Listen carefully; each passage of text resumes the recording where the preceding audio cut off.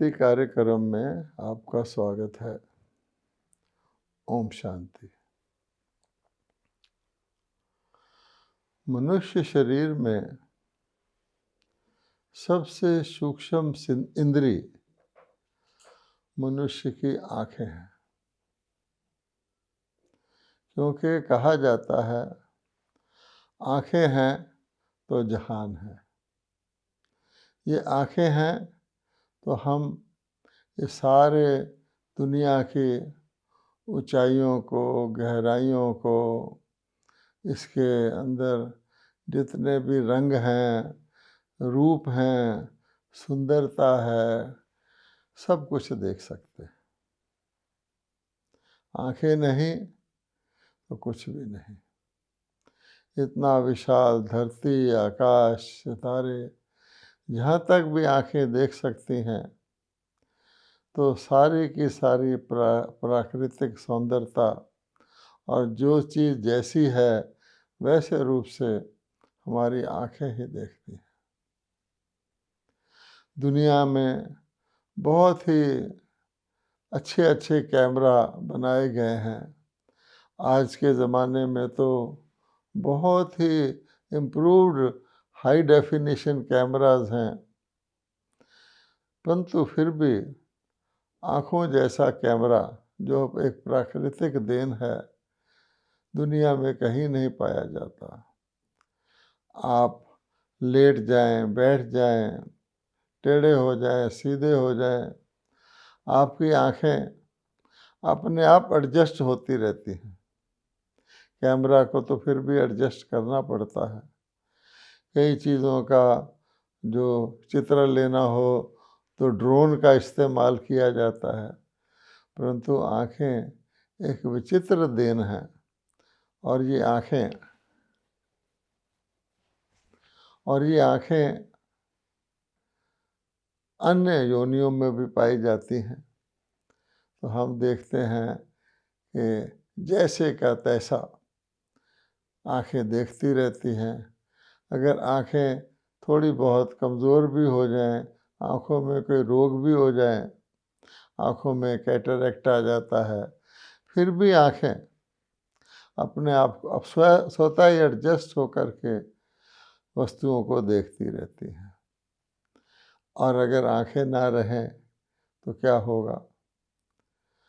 एक बचपन में कहानी सुनाते हैं, सबने सुनी है, कि अंधों ने हाथी देखा। उसको कहा जाता है कि अंध विद्यालय के कुछ छात्र हाथी को देखने गए थे और उन सब ने हाथी का कोई ना कोई अंग टटोला और पूछा गया उनसे बाद में, आपने हाथी देखा? तो हर एक विद्यार्थी ने कहा हाँ देखा। और जो उसका वर्णन किया, हम सब जानते हैं कि उसने जिस अंग को देखा था उसी अनुसार हाथी का वर्णन किया। किसी ने उसके टांग को, मोटे मोटे पाँव होते हैं, उसको टटोला था, छुआ था, तो उसने कहा हाथी स्तंभ के जैसा होता है। किसी ने उसके पेट पर हाथ फेरे थे तो कहा हाथी दीवार की तरह होता है। किसी ने उसका पूंछ पकड़ा था, उसने कहा हाथी रस्सी की तरह होता है।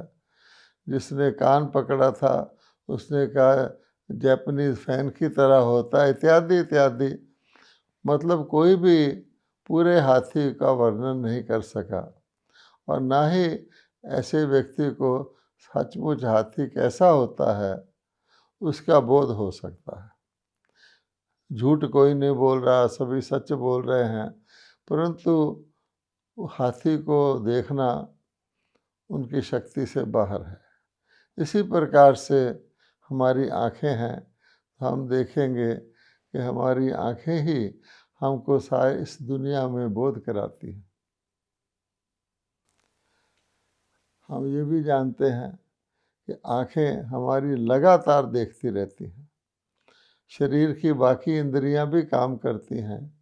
कान सुनने का काम करते हैं, नाक सांस लेने का काम करता है, खुशबू और बदबू में फ़र्क देख सकता है, मुख जो है बोलने का काम करता है, और मुख के द्वारा हम भोजन भी स्वीकार करते हैं। लेकिन हर इंद्री अपने समय पर अपना निश्चित सीमित सा कार्य करती है, लेकिन लगातार थ्रू आउट जो कार्य करती है वो हमारी आँखें ही करती हैं। और आँखें एक बहुत सूक्ष्म इंद्री है, इसलिए आप देखेंगे कि आँखों के ऊपर झपकने के लिए ऐसा यंत्र लगा हुआ है, ऐसा स्किन लगा हुआ है जो आँखें फ्रेश रहें और प्रोटेक्टेड भी रहें। इसलिए हम देखते हैं हम आँखें झपकते रहते हैं, और एक आदत सी पड़ जाती है, व्यक्ति स्वतः ही आँखें झपकती रहती हैं, आँखें बचाव में रहती हैं, और आँखें रिफ्रेश भी रहती हैं। अब ये बात नोट करने की एक है, ये आँखों का हमारे ऊपर प्रभाव क्या पड़ता है। तो आँखों के द्वारा अगर हम अंग्रेज़ी का शब्द यूज़ करें तो हम लगातार इम्पोर्ट करते रहते हैं। यानी जो भी हमें दृश्य दिखते हैं, जो भी हमें चारों तरफ नज़र आता है, हर वक्त आता ही रहता है, वो सारा हमारे अंदर, हमारे मानस पटल पर जा कर के अंकित होता रहता है। और उसके इम्प्रेशंस जो हैं, उसके जो परछाई है, जो प्रभाव है, उसका प्रतिबिंब जो है वो हमारे मानस पटल पर पड़ता है, या यूँ कहें हमारी आत्मा की मन रूपी इंद्रिय के ऊपर उसका छाप पड़ता रहता है। और लगातार इंपोर्ट करने से क्या होता है फिर, तो जिस प्रकार का छाप चारों ओर से हम देखते रहते हैं, हमारे ऊपर पड़ता रहता है, उसका प्रभाव हमारी मनोवृत्ति, हमारी मनोदशा, हमारे मनोबल पर पड़ता है। और आजकल तो हम जानते हैं कि आँखों को जो कुछ वो स्वाभाविक देखती थी, उससे भी बहुत अधिक विज्ञान के यंत्रों के द्वारा दिखाया जाता है। आज आँख दूर से दूर की चीज़ भी देख लेती है। चंद्रयान अगर चाँद पे उतरता है, उसकी सीनरी भी हमको दिखाई जाती है। और जो जिसको कहा जाता है कमर्शियल मीडिया, अर्थात व्यावसायिक ये जो संचार माध्यम हैं, उनके द्वारा तो हमें अब आँखों के द्वारा ऐसी ऐसी चीज़ें दिखाई जाती हैं, उनके हित में जो होती हैं, जो हम देखते हैं, सब जानते हैं कि मानव के और ख़ास तौर पे युवा पीढ़ी के, यहाँ तक कि बच्चों के भी चरित्र को पतन की ओर ले जाती है। वो चीज़ें बहुत आकर्षक लगती हैं मनुष्यों को। उनके पीछे जो छिपा हुआ नीचे उतरने का, गिलानी का, गिरावट का भाव है, वो समझ नहीं पाते, इम्प्रेशनेबल माइंड होते हैं। इस प्रकार से आँखों के द्वारा ऐसी ऐसी चीज़ें इम्पोर्ट अंदर हो रही हैं, जिनको ना तो कोई रोक सकता है, और चीज़ों की इंपोर्ट पर तो आप बैन लगा सकते हैं, उसको आप सप्लाई उसकी लिमिटेड कर सकते हैं। इस व्यक्ति को ये चीज़ मिलेगी, इसके लिए हितकर नहीं है, इसको नहीं मिलेगी। परंतु ये तो अनकंट्रोल्ड और लगातार, और अब तो कहा जाए 24 घंटे इस प्रकार के इंपोर्ट आँखें कर रही हैं, और उसका जो हानिकारक इफ़ेक्ट है वो हम देख रहे हैं। क्योंकि आँखों के द्वारा क्या देखना है और क्या नहीं देखना, एक होता है कि व्यक्ति अपनी आवश्यकता के अनुसार, अपने भलाई के अनुसार, अपने फ़ायदे के लिए इंपोर्ट करता है। उसको जो चीज़ चाहिए होती है वो लेता है। बाकी चीज़ें दुनिया के अंदर जितनी भी है, थोड़ी बहुत चॉइस व्यक्ति के अंदर आज भी है, यद्यपि उसका मन आउट ऑफ कंट्रोल है कि वो अच्छी चीज़ों को ग्रहण करे, अच्छे स्थान में बैठे। हम सब जानते हैं, अगर कोई ऐसा स्थान है जहाँ कोई बहुत ही एक दुर्गंध वाला नाला बह रहा है, वहाँ से व्यक्ति को गुजरना भी पड़ता है, तो हम जानते हैं वो बहुत तेज़ी से नाक पर रुमाल रख के सांस रोक कर गुजर जाता है। लेकिन ये जो है आँखों के द्वारा जो इम्पोर्ट है, हम देखते हैं उसमें अच्छा और बुरा दोनों ही अंदर जाते हैं। और क्योंकि आज के ज़माने में बुरा है, हानिकारक है, गिराने वाली चीज़ें हैं, उसको हम अंदर जाने से रोक नहीं सकते। अच्छे के नाम पर भी आज बुराई को व्यक्ति के अंदर धारण कराया जाता है। कोई कुछ कई प्रकार के नाटक, किस्से, कहानियाँ बनाए जाते हैं जिनमें थोड़ी बहुत अच्छाई भी भरी जाती है, ताकि देखने के वाले को लगे इसमें अच्छाई है। परंतु उसको अगर आप टोटल तौर पे देखेंगे तो उसका जो टोटल इफ़ेक्ट आता है वो बुराई का ही आता है। मार धाड़, वायलेंस, हिंसा, अपराध, ऐसी ऐसी चीज़ें का लोगों को आदत डाल दी जाती है, और वो आदत जो है फिर उनको उन्हीं चीज़ों की तरफ आकर्षित करती है, और अच्छी अच्छी चीज़ें उनको फीकी लगती हैं। जैसे किसी का स्वभाव बिगड़ जाता है तो वो चटपटी तली हुई चीज़ें खाता है, यद्यपि उसके लिए हानिकारक हैं, और उसको सात्विक भोजन करने को कहें उसके अंदर वो जाता ही नहीं, उसको भाता ही नहीं। ये तो आँखों का भोजन है। शरीर के भोजन के लिए भी कहा गया है अन्न का मन पर असर, लेकिन आँखों का भोजन एक उससे भी ज़्यादा लगातार होने वाला भोजन है। शरीर का भोजन तो व्यक्ति फिर भी किसी लिमिट तक भोजन करके बस कर देता है, उसकी कुछ कैपेसिटी होती है, लेकिन आँखों के द्वारा तो व्यक्ति ओवर चीज़ें अंदर लिए जा रहा है, फालतू चीज़ें, गिराने वाली चीज़ें सब अंदर लिए जा रहा है। अब प्रश्न पैदा होता है, ऐसी स्थिति में कहा गया है सी नो इवल, कि बुरा ना देखो, क्योंकि इसीलिए कहा गया है कि अगर व्यक्ति बुरा देखेगा तो फिर वो बुरे का बुरा ही सोचेगा। जैसा देखेगा, जैसा इनपुट होगा, वैसा ही आउटपुट होगा। तो लगातार अगर बुरा देखते देखते उसके मन के अंदर बुराई के सीन, दृश्य भर जाएंगे, तो फिर वो बुरा ही सोचेगा। अगर किसी के अंदर सुबह से शाम तक घृणा, हिंसा, दुश्मनी, शत्रुता, वैर, विरोध आदि के और विकारों के दृश्य भर जाएंगे तो क्या होगा। उदाहरण के तौर पर आज का जो मीडिया है, फॉर एग्ज़ाम्पल, तो मीडिया क्या कर रहा है, तो मीडिया तो अपने हित के लिए हर बहुत सारा मीडिया है कि हमारी बात लोग सुने। कोई साधारण बात के अंदर भी मिर्च मसाला डाल के बात करता है। हम जानते हैं कि मान लीजिए कि भारत ने आकाश में पार करके चंद्रयान को सफलतापूर्वक उतारा।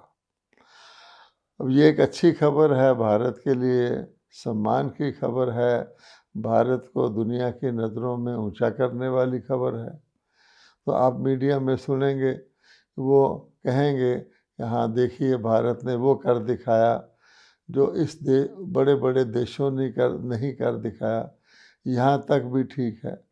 एक और हम विश्व बंधुत्व का भाव करते हैं, और भारत का जो हमारी देश की जो सरकार है वो तो यही कहती है कि उसके द्वारा जो भी लाभ मिलेगा, जो भी नई नई चीज़ें कोई खोज होगी वहाँ पर, क्या है, क्या मानवता के हित में है, वो सारी मानवता के लिए होगा। तो ये तो दृष्टिकोण ठीक है, सकारात्मक है, क्योंकि हम विश्व बंधुत्व में विश्वास करते हैं, सारी मानवता में भ्रातृभाव रखते हैं और लाना चाहते हैं। तो जैसे एक परिवार होता है, उसका कोई भी व्यक्ति कोई भी चीज़ कमाई करके लाता है तो सारे शेयर करते हैं उसको, लेकिन फिर हमारा जो मीडिया है वो उसमें अंदर थोड़ा ऐड कर देता है कि दुश्मनों के दुश्मन जल गए ये देखकर, उनके अंदर बिल्कुल दुश्मनों के अंदर बिल्कुल जलन पैदा हो गई, ऐसे ऐसे शब्द यूज़ करते हैं। कई देशों को वो दुश्मन देश कह के बयान करते हैं। अच्छा, कोई हमसे शत्रुता रखता भी है वो जाने। तो लेकिन हमारा अप्रोच क्या होना चाहिए? हम क्या ये शब्द अवॉइड नहीं कर सकते कि दुश्मन जल गए और आदि आदि, एक प्रकार की घृणा भाव अपने ही लोगों के हम पैदा कर रहे हैं दूसरों के लिए। तो इसलिए शत्रु को मित्र बनाना बुद्धिमत्ता है या मित्र को शत्रु बनाना। इस प्रकार से ये जो सारा कुछ चलता है, इसको कैसे रोका जाए? तो कहा जाता है कि ये जो आँखें हैं, इसके पीछे एक और आँख है जिसको हम कहते हैं मन की आँख, जिसको हम कहते हैं अंदर की आँख, जिसको हम तीसरी आँख भी कहते हैं। तो सारे लोग जो स्व उन्नति चाहते हैं और जो समाज में उन्नति चाहते हैं, कि कोई भी व्यक्ति अकेला स्व उन्नति नहीं कर सकता। ये मानव सामाजिक प्राणी है और यहाँ तक कि यदि हम सारे विश्व की उन्नति चाहते हैं, जिसको हम कहते हैं सबका विकास, सबका साथ, तो उसके लिए हमें फिर ये सोचना पड़ेगा कि हम ऐसा काम करें जो हम अपनी अंदर की आँख, तीसरी आँख, मन की आँख का प्रयोग करें। इसी के लिए कहा गया है, मन की आँखें खोल बाबा, मन की आँखें खोल। अर्थात अगर व्यक्ति, क्योंकि मन की आँख जो है वो फिर एक दूसरा काम करती है। अगर आपकी ये आँखें खुली भी हैं, अगर आपकी मन की आँख से आप देख रहे हैं, मन की आँख के द्वारा इन आँखों को भी कंट्रोल कर रहे हैं, तो फिर ये आँखें आपको हानिकारक चीज़ें नहीं देखने देगी। उदाहरण के तौर पर हम कहते हैं आँखों की भाषा, तो मन की आँखों की भी एक भाषा होती है। जैसे हम कहते हैं कि आँखें केवल इंपोर्ट नहीं करती हैं, आँखें एक्सपोर्ट भी करती हैं। हमारी ये एक ऐसी सूक्ष्म इंद्री है, सर्वश्रेष्ठ इंद्री है आँख जो है, वो आँख एक्सपोर्ट भी करती है। अगर हम आँख को उस प्रकार से यूज़ करें तो इसको हम कहते हैं आँखों की भाषा। तो आपने देखा होगा कि हम कहते हैं बुरी नज़र वाला, बुरी नज़र वाले तेरा मुंह काला। अब व्यक्ति मुख से नहीं बोल रहा, लेकिन उसकी आँखों के अंदर एक बुराई का भाव है जो दूसरों तक पहुंच रहा है। तो इस प्रकार से आँखें बुराई को एक्सपोर्ट कर रही हैं। वैसे भी का आप देखेंगे आँखों का कितना प्रभाव पड़ता है। ये भारत के अंदर तो ये काम आम तौर पे रस्म है कि भारतवासी कोई खाने पीने की चीज़ बाज़ार से लाते हैं तो ढक के लाते हैं, किसी की नज़र ना पड़े। हमारे भारत में नज़र लग जाए, ये भी एक बहुत मशहूर कहावत है। आप देखेंगे कोई नई बिल्डिंग बन रही होती है बहुत अच्छी, उसके ऊपर भी वो एक हांडी को उल्टा करके एक काले रंग का कुछ बना लेते हैं जिसको नज़र बट्टू कहते हैं। अर्थात इसको देखकर किसी की नज़र ना लगे, किसी के अंदर ईर्ष्या भाव ना आए। तो इस प्रकार से आँखों की भाषा हम सब जानते हैं। क्रोध वाला आँखों के द्वारा क्रोध प्रकट करता है। माँ अपने बच्चों के साथ किसी के घर में जाती है, वो कुछ खाने पीने के बिस्कुट आदि रखता है, तो माँ की ओर बच्चा देखता है और माँ नज़र से ही उसको इशारा करती है कि तुमको ये लेना है, स्वीकार करना है तो नहीं करना है। तो ये आँखें एक्सपोर्ट भी करती हैं। अब हमें अगर ये देखना हो कि हम आँखों का सदुपयोग करें, तो हम एक तो उनसे खराब चीज़ अंदर ना ले जाएं और दूसरे उनसे अच्छी चीज़ बाहर ले जाएं। तो ये एक बहुत बड़ी विद्या है, क्योंकि भारत के अंदर कहा गया है नज़र से निहाल करना। तो नज़र व्यक्ति को बेहाल भी कर सकती है, नज़र व्यक्ति को निहाल भी कर सकती है। इसलिए आमतौर पे लोग कहते हैं देखो भाई हमारे ऊपर कृपा दृष्टि रखना। तो कृपा दृष्टि का क्या मतलब होता है कि हमारे ऊपर तुम मेहर की, दया की नज़र रखना।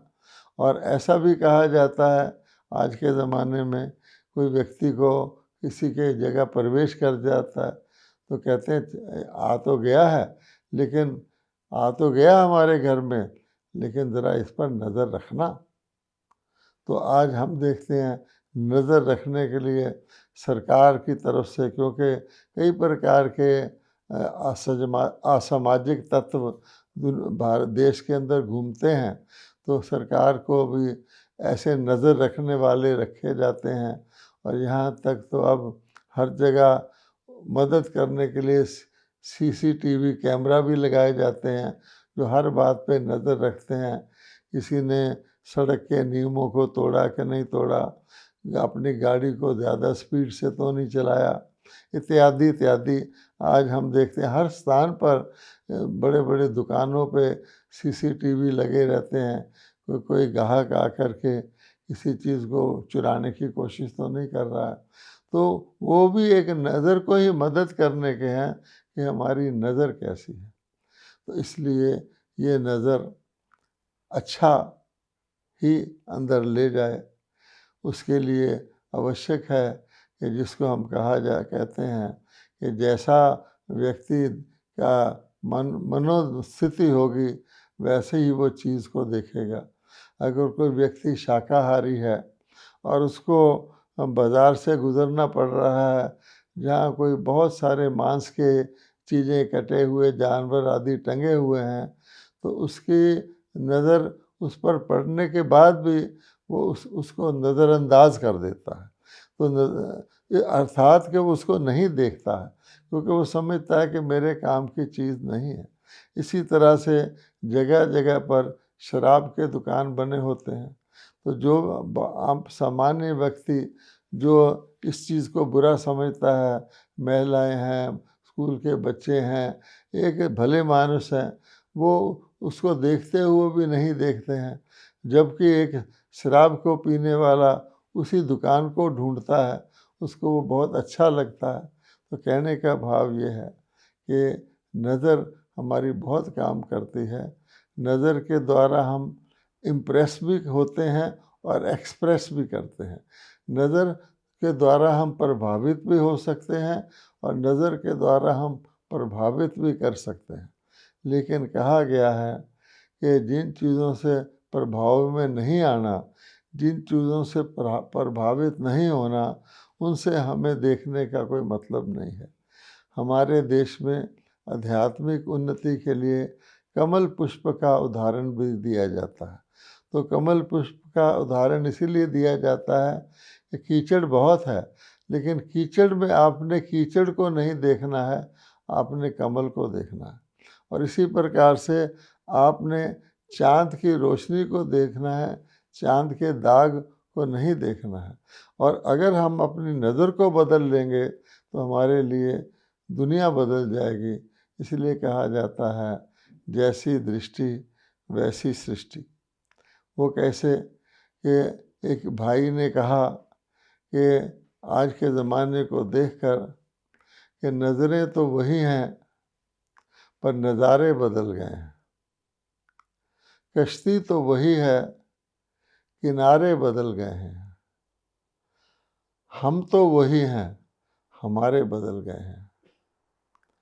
तो व्यक्ति आज की स्थिति को बयान कर रहा है कि नज़र तो है, लेकिन देखने के लिए क्या देखा जाए। चारों तरफ हम देखते हैं, देखने को अच्छा कुछ मुश्किल से ही दिखाई पड़ता है। और हमारी जीवन नैया चल रही है, उसको कश्ती का उदाहरण दिया गया है, लेकिन किस ओर हम अपने जीवन यात्रा में नैया को बढ़ा रहे हैं, वो अब सारे एम ऑब्जेक्ट चेंज हो चुके हैं। कभी कोई व्यक्ति अच्छाई की तरफ अपनी नाव को घुमाता था, किसी को कोई रिश्वत देने की कोशिश करे तो वो कहता था नहीं नहीं, मैं रिश्वत नहीं लेता, मैं बाल बच्चेदार हूँ, इसका पाप की कमाई का मेरे बच्चों पर असर पड़ेगा। अब किनारे बदल गए हैं। आज व्यक्ति रिश्वत मांगते हैं कि देखो मेरे बाल बच्चे हैं, इतना परिवार है, मेरा गुजारा नहीं होता, चाहे वो लालच के बस ही कह रहा हो मुझे कुछ एक्स्ट्रा दिया जाए। इसलिए हम तो वही हैं, हमारे बदल गए। आज जितने भी हमारे संबंध हैं वो स्वार्थ के हो गए हैं। हम इनको बंधन कहते हैं संबंध की जगह। संबंध तो सुख देने वाले होते हैं, नाम मात्र से हम कहते हैं मित्र संबंधी, लेकिन सब स्वार्थ वाले हैं। इसलिए बंधन होने के कारण ही आज व्यक्ति मुक्ति मांगता है, लिबरेशन मांगता है। तो कहने का भाव ये है। फिर किसी ने कहा कि नज़रों को बदल डालो तो नज़ारे बदल जाएंगे, कश्ती का रुख मोड़ दो किनारे बदल जाएंगे, स्वयं को उससे जोड़ लो तो सहारे बदल जाएंगे। अर्थात ये व्यक्ति के अपने ऊपर है, समझदारी बरते, क्योंकि गिरावट का रास्ता आसान होता है, पैसा को खर्चना आसान होता है, नीचे की ओर जाना आसान होता है, लेकिन कमाई में थोड़ी मेहनत लगती है। ऊपर की ओर जाने में मेहनत लगती है, उसमें थोड़ा सब्र भी लगता है, लेकिन कहा गया है सब्र का फल मीठा होता है। जो उन्नति करता है उसको अंदर की सुख शांति रहती है और उसको हिम्मत आती है, उसको जीवन में कुछ आनंद आता है। गिरावट के रास्ते में जैसे कोई किसी चीज़ को, कैंडल को जला दे तो मोमबत्ती जलेगी जलेगी, घटती जाएगी। तो गिरावट के रास्ते में हमारी जो उपलब्धियां हैं, हमारे जो गुण हैं, हमारी शक्तियां हैं, वो क्षीण होती जाती हैं, कम होती जाती हैं, हमारी कलाएं घटती जाती हैं और मानव जीवन गिरावट की ओर जाता है। ओम शांति।